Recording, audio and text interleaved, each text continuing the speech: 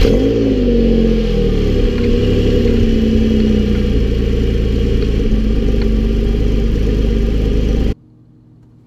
poppin' YouTube? I'm sitting here in my 2008 Porsche 911 C4S. I just want to make a video about things I like and what I don't like about it, because I might be getting rid of this car. So what I want to do is I want to get a sweet pickup truck, because I daily this a lot and it doesn't have the room for me. You know, it's just not quite as user-friendly since it's a little older. It's 2008. So I'm going to get rid of one of my old pickup trucks, get rid of this, and probably get a new nice pickup truck, maybe like a Raptor, an F-250 or something like that. But I'm going to let you know what things that I like and don't like about this thing here. Alright, so I'm going to start off with things that I don't like, because there's not too many of them. I mean, it's an awesome car, but just a couple things. Number one thing that I absolutely hate is, I guess it's not the stereo, but the system here. So this whole screen, honestly, it's awful. I mean, it's not a touch screen. You got to hit these stupid buttons to go through your menus. And I know it's older, so you don't expect something awesome, but I mean, I had an older 2007 Escalade for a while, and it was way better than this. Touchscreen, way more user-friendly. What I absolutely hate is that I can't plug my phone in. There's no aux or anything, and I know you can do that, but it's pretty expensive to get all the mods to hook up your phone and play your music or whatever. But other than that, I mean, the Bose system itself is awesome.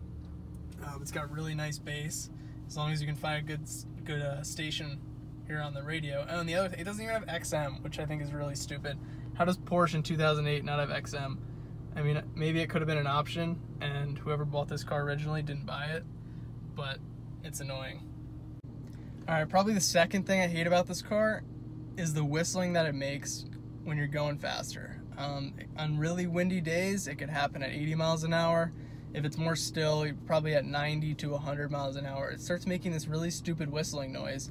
And I've done a lot of research on the 997.1 Porsches, and it seems to be like a big problem. I mean, some people say that it's on the mirrors. Some people say that it's over the cover over the battery in the front, and I have not figured it out. I've tried putting tape over a bunch of different areas to see what it is and try and problem solve this, and I haven't figured it out. So that's really annoying, and I know a lot of other people have the same problem. So if you're ever going to buy a car like this, drive it fast on the test drive, and because you got to figure these things out. Go 80, 90, 100. Make sure it doesn't have that stupid whistle, because I can't figure it out, and I don't know. It's not fun. It's very annoying. Although it does kind of keep me going under the speed limit, because it's super annoying, so I usually just go slower unless I can blast the music and drown it out. Now I'm going to cut to a little tape here, and we'll see if it's going to happen.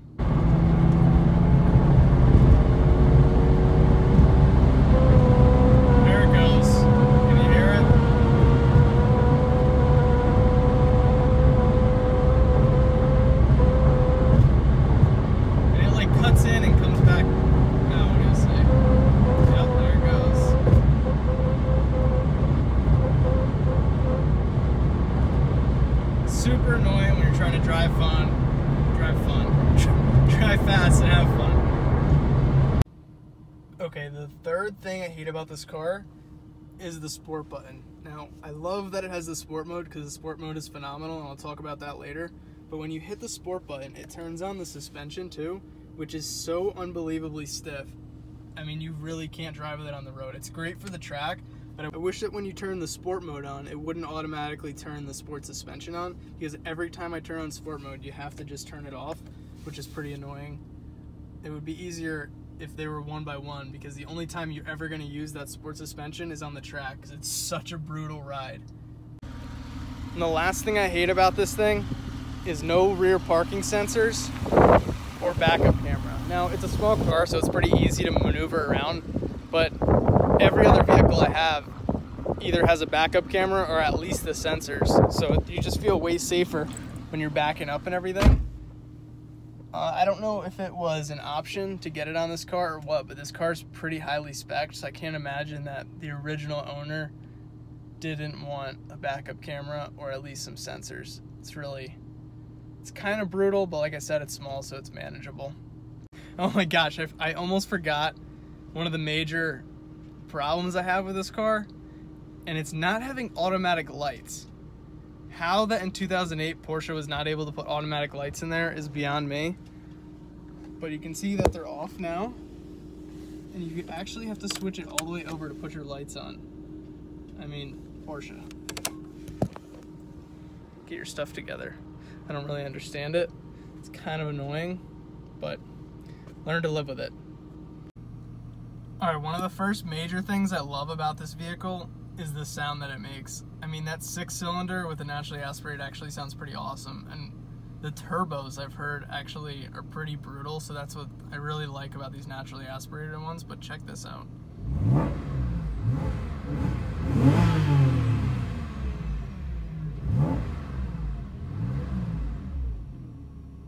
Got a nice little rumble to it. Sounds pretty sweet. Alright, another thing I love is that sport button. Honestly, it does a really phenomenal job with the throttle response, the way the engine makes its noise, you know, it just really changes the whole feel of the car. And when you turn it off, like I just did, so before the video, the sport mode was turned on, which is why it sounded so good. Now when you turn it off, it's like,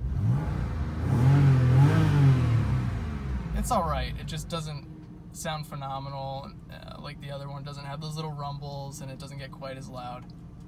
Alright, here's one of the coolest things about this car, and it's the looks, which everyone knows it looks sweet, but I think that wing just looks so cool. The fact that you can put it up and down is really awesome. The other thing I love about the back is how freaking wide this thing is. I mean, that wide body on the C4S is just awesome. Badass right there. It's amazing.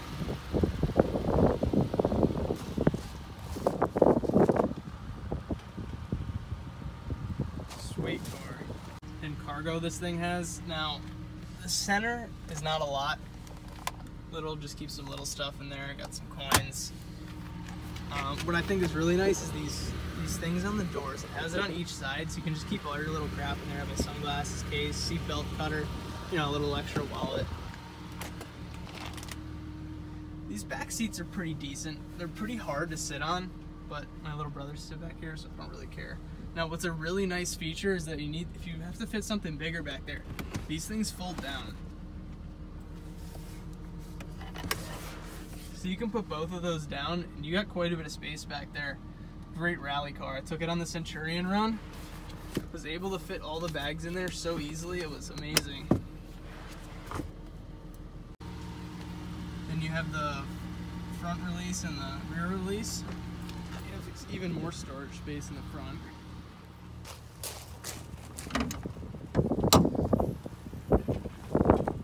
That's pretty good.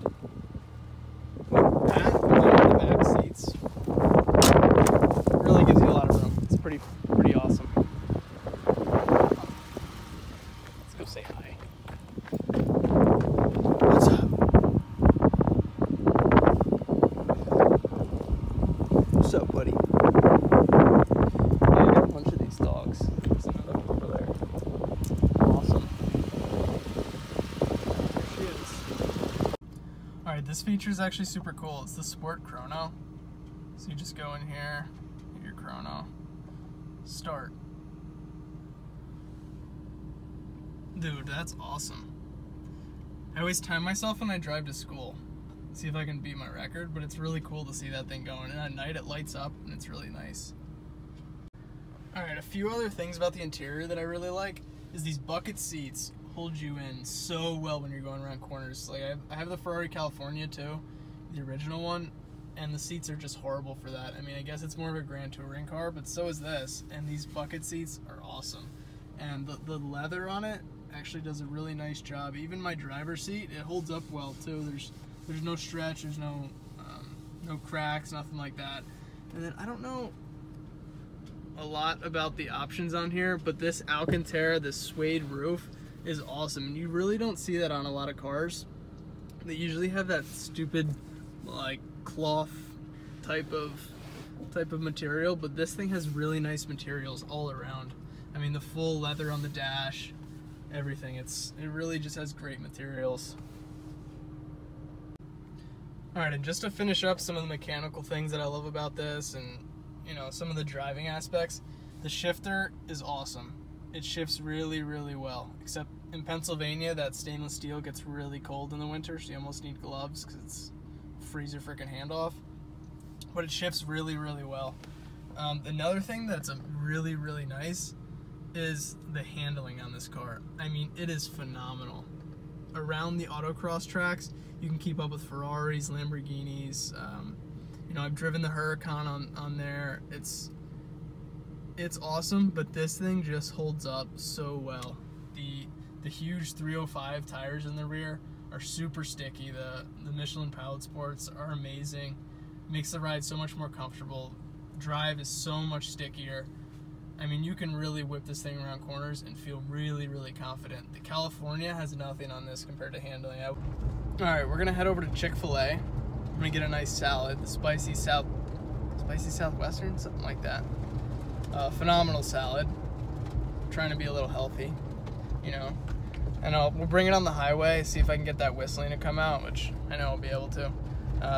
Just as long as you guys can hear it on there, but I'll try and get it. It'll be sweet. Not really, because it's horribly annoying. All right, let's rip this thing a little, shall we?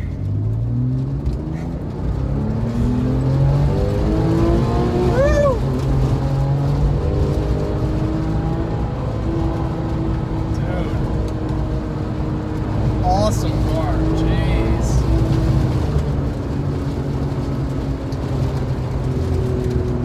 She goes good. You can probably hear that gravel. Not a great road. Oh man, this thing vibrates pretty bad. Hope you guys can see this all right. I will severely miss this exhaust note though. Woo! The rev matching on this thing and the heel and toe is really nice. Started to get good at it after I started tracking. Super fun to just do it on the street. Go ahead, buddy. Ranger, yes, Ford Ranger. I have one of those. Don't buy. Anyway, someone just called me, so that interrupted my video, but I said don't buy one from at least around here. Check the rust on it, because mine's totally rusted out. I think I'm gonna run it in the Gambler 500, if anyone knows what that is.